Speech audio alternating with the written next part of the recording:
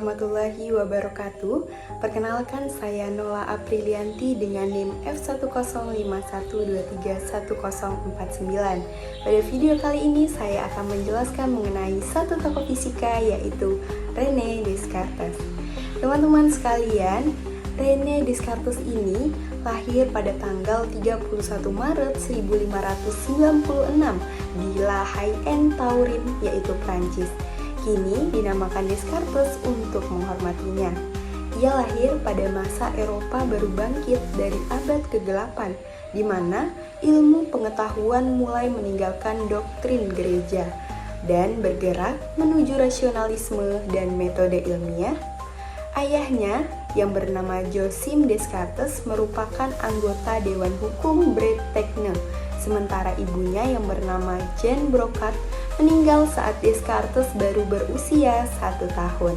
Sejak kecil, beliau dikenal sebagai anak yang banyak diam, penuh rasa ingin tahu, dan lebih suka merenung daripada bermain perang seperti kebanyakan anak laki-laki Eropa pada masa itu. Nah, karena kesehatan dari René Descartes ini sangat rapuh, Descartes ini kerap kali diizinkan untuk belajar sambil berbaring, sehingga ia terbiasa berpikir panjang sebelum menulis atau berbicara. Kebiasaan yang kelak membentuk gaya berpikir analitisnya. Ia bersekolah di Collège Royal Henri le Grand Lafleche, yaitu salah satu sekolah Yesuit terbaik di Eropa, yang tentunya mengajarkan logika Aristoteles, metafisika, matematika, dan retorika. Akan tetapi, berbeda dengan murid lain yang menerima pelajaran begitu saja. Tokoh Descartes ini selalu mempertanyakan, bagaimana kita yakin bahwa suatu kebenaran benar? Nah, sejak muda, ia sudah menunjukkan kecenderungan yang begitu unik. Yang pertama, tidak puas dengan jawaban yang tradisional. Kemudian selalu mencari dasar dari kepastian yang mutlak. Nah, inilah sifat yang kelak membuat beliau dijuluki sebagai Bapak Filsafat Modern dan oleh ilmuwan disebut juga sebagai Bapak Geometri Analitik, dikarenakan menggabungkan matematika, fisika, dan logika dalam satu metode berpikir ilmiah. Baik teman-teman, kita lanjut ke riwayat hidup dari René Descartes. Pada usia sekitar 18 tahun, Descartes lulus dari Lafleche dan melanjutkan studi hukum di Universitas Poitiers. Namun, setelah menyelesaikan gelar hukumnya, pada usia 22 tahun, ia menyadari bahwa hukum dan retorika tak memberikan kepastian yang ilmiah, hanya debat tanpa akhir. Oleh karena itu, beliau memilih meninggalkan karir formal dan melakukan perjalanan ke berbagai negara Eropa untuk mencari kebenaran melalui sebuah pengalaman. Di antara tahun 1618 sampai 1620, Descartes bergabung dengan militer Belanda dan kemudian tentara Bavaria. Namun bukan untuk berperang, melainkan untuk mengamati teknologi artileri, mekanika gerak peluru, dan sistem navigasi militer.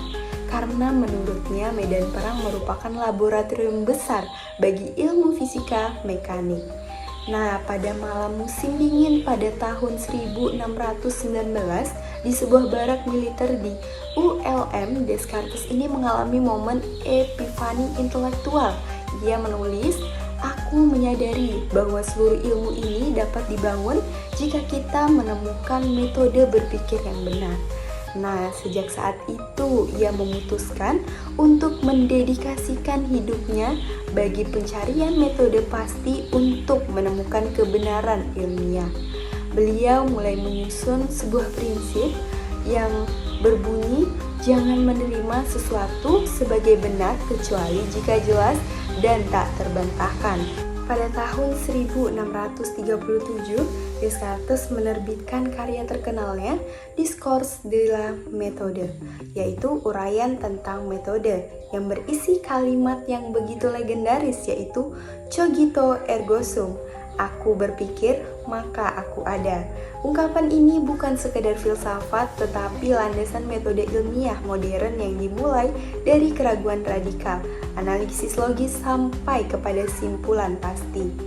Tokoh René Descartes meninggal pada tahun 1650 Masehi di Stockholm, Swedia pada usia 53 tahun. Ia jatuh sakit dikarenakan pneumonia setelah dipaksa mengikuti jadwal mengajar yang sangat ketat oleh Ratu Christina. Tentunya Ratu Christina ini memintanya memberikan pelajaran filsafat pada dini hari di tengah musim dingin ekstrim Skandinavia. Tubuhnya yang terbiasa dengan iklim lebih hangat di daerah Prancis tak mampu bertahan dan beliau wafat dalam kondisi fisik yang lemah meskipun tetap aktif secara intelektual hingga akhir hidupnya. Baik teman-teman, kita lanjutkan ke dalam kontribusi dalam fisika.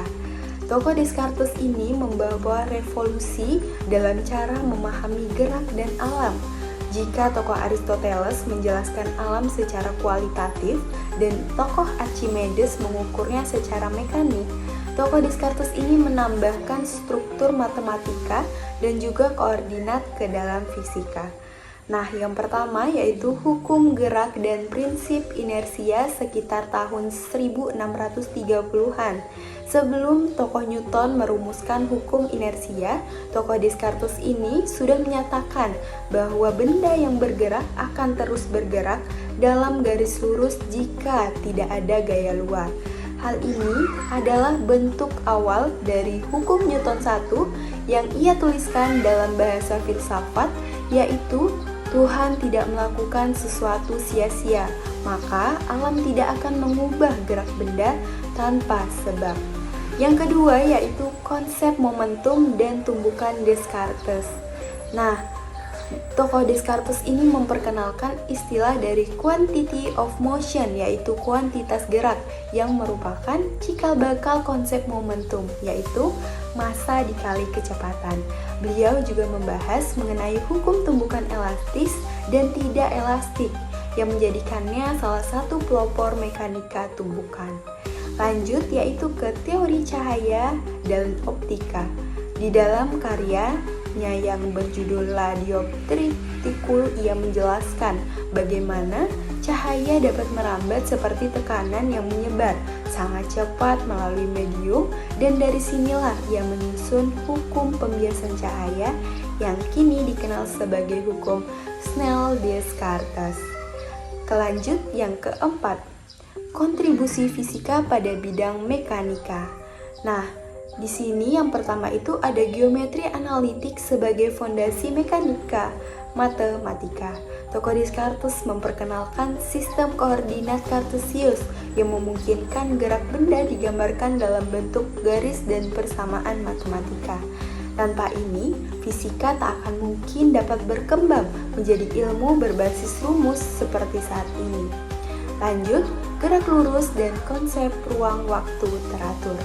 Beliau dengan tegas menyatakan bahwasannya gerak merupakan perpindahan posisi dari satu titik ke titik lain dalam koordinat, menolak pandangan tokoh Aristoteles bahwa gerak bergantung pada hakikat benda. Selanjutnya yaitu mekanika sebagai sistem deterministik. Menurut tokoh Descartes, jika posisi dan gerak benda diketahui, maka masa depannya bisa dihitung secara pasti. Pemikiran ini menjadi dasar munculnya mekanika klasik deterministik yang kelak dikembangkan oleh Newton dan Laplace. Baik teman-teman, kita lanjutkan ke penghargaan yang didapatkan oleh René Descartes. Di sini, René Descartes pertama diakui sebagai bapak filsafat modern. Hal ini dilandaskan karena berani beliau melepaskan filsafat dari dogma dan merumuskannya atas dasar keraguan yang rasional. Kemudian, beliau dinobatkan sebagai bapak geometri analitik. Hal ini dilandaskan karena memperkenalkan koordinat Cartesius yang menghubungkan aljabar dengan geometri.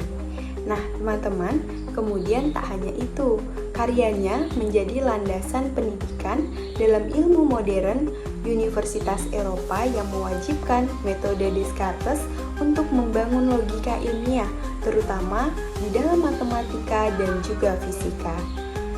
Kemudian ada yaitu namanya diabadikan dalam sistem koordinat sumbu X dan Y yang disebut sebagai koordinat Cartesius, Cartesian Coordinate System, sebagai penghormatan atas jasanya.